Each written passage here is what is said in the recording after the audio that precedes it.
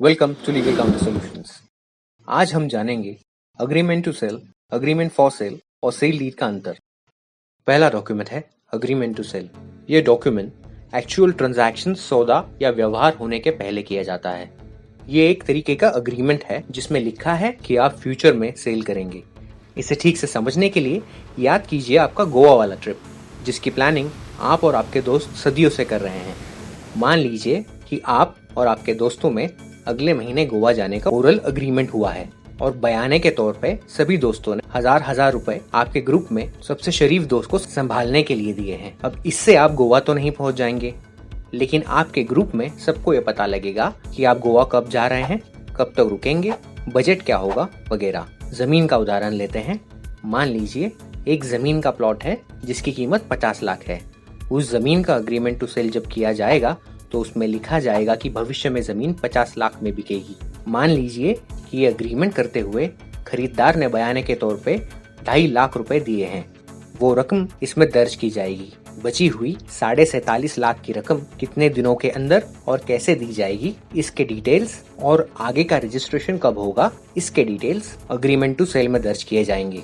Agreement to sale ये document करने से एक प्रॉपर्टी दूसरे के नाम नहीं हो जाती। मेमोरेंडम ऑफ अंडरस्टैंडिंग और आर्टिकल्स ऑफ अंडरस्टैंडिंग ऐसे कई डॉक्यूमेंट्स हैं जो अग्रीमेंट सेल का ही एक टाइप है।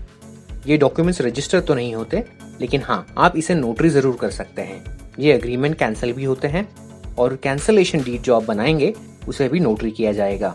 दूसरा डॉक्यूमेंट है अग्रीमेंट फॉर सेल। ये डॉक्यूमेंट एक्चुअल ट्रांजैक्शन, सौदा या व्यवहार होने के वक्त पर किया जाता है। अग्रीमेंट फॉर सेल करने से प्रॉपर्टी मालिक बदल जाते हैं। इस वजह से इस अग्रीमेंट पर स्टैम्प ड्यूटी भरना जरूरी है, जो हर राज्य में अलग अलग होती है। गोवा ट्रिप के लिहाज से बात करें तो ये वो मोमेंट होगा जब आपके ग्रुप में सभी लोग अपने टिकट्स और होटल बुकिंग का पेमेंट कर चुके होते हैं, जिससे कि ट्रैवलिंग सीट्स और रूम्स आपके नाम हो जाते हैं। लेकिन जिस तरह उन्हें कैंसिल किया जा सकता है, उसी तरह अग्रीमेंट फॉर सेल को भी कैंसिल किया जा सकता है। अग्रीमेंट फॉर सेल में कब्जा, रकम और बाकी इम्पोर्टेंट चीजें दर्ज की जाती है। अग्रीमेंट फॉर सेल का रजिस्ट्रेशन जरूरी होता है और अगर इसे कैंसिल किया जाए तो कैंसिलेशन डीड नाम का एक डॉक्यूमेंट बनता है जिसका रजिस्ट्रेशन भी जरूरी है। जहाँ पर अग्रीमेंट टू सेल ये सेल के बारे में डॉक्यूमेंट है, वहीं पर अग्रीमेंट फॉर सेल ये सेल का डॉक्यूमेंट है। अगर जमीन की खरीदी और बिक्री में जो पार्टीज इन्वॉल्व हैं, वो चाहे तो अग्रीमेंट टू सेल किए बिना ही अग्रीमेंट फॉर सेल सीधे रजिस्टर कर सकते हैं। तीसरा डॉक्यूमेंट है सेल डीड। ये डॉक्यूमेंट तब किया जाता है जब सौदा खत्म हो जाता है। मान लीजिए कि अग्रीमेंट फॉर सेल करते वक्त आपने जमीन का पोजेशन यानी कब्जा नहीं दिया है। कब्जा आप कुछ दिनों बाद देने वाले थे या आपकी पेमेंट का कुछ हिस्सा आप बाद में देने वाले हैं। जब ये पेमेंट पूरी की जाती है या फिर जब कब्जा दिया जाता है, तब सेल डीड की जाती है। सेल डीड रजिस्टर करना जरूरी है और सेल डीड कैंसिल नहीं की जा सकती। अगर खरीदने और बेचने वाले में समझौता हो तो सीधे सेल डीड भी की जा सकती है। अग्रीमेंट फॉर सेल और अग्रीमेंट टू सेल करने की कोई जरूरत नहीं। गोवा ट्रिप के लिहाज में बात करें, ये वो मूवमेंट होगा जब आप गोवा पहुंच जाते हैं। उस दिन न तो सीट्स कैंसिल हो सकती है और न ही होटल के रूम्स।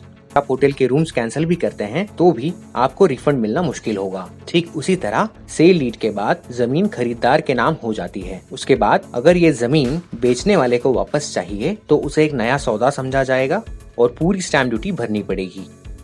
अब बारी है एक प्रो लीगल टिप की। हालांकि आप सेल डीड सीधे रजिस्टर कर सकते हैं। अगर मौका मिले तो अग्रीमेंट फॉर सेल रजिस्टर करने के बाद ही सेल डीड रजिस्टर करें।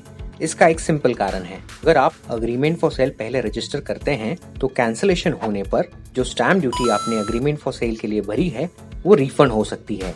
लेकिन अगर आप सीधे सेल डीड करेंगे तो क्योंकि सेल डीड कैंसिल नहीं हो सकती, तो आपकी स्टैम्प ड्यूटी वापस नहीं मिलेगी। अगर आपको ये वीडियो और इसमें दी गई जानकारी अच्छी लगी हो तो प्लीज वीडियो को शेयर करें, लाइक करें और सब्सक्राइब करें। अगर आपको कोई लीगल डाउट्स हो तो कृपया कमेंट में लिखें। Thank you.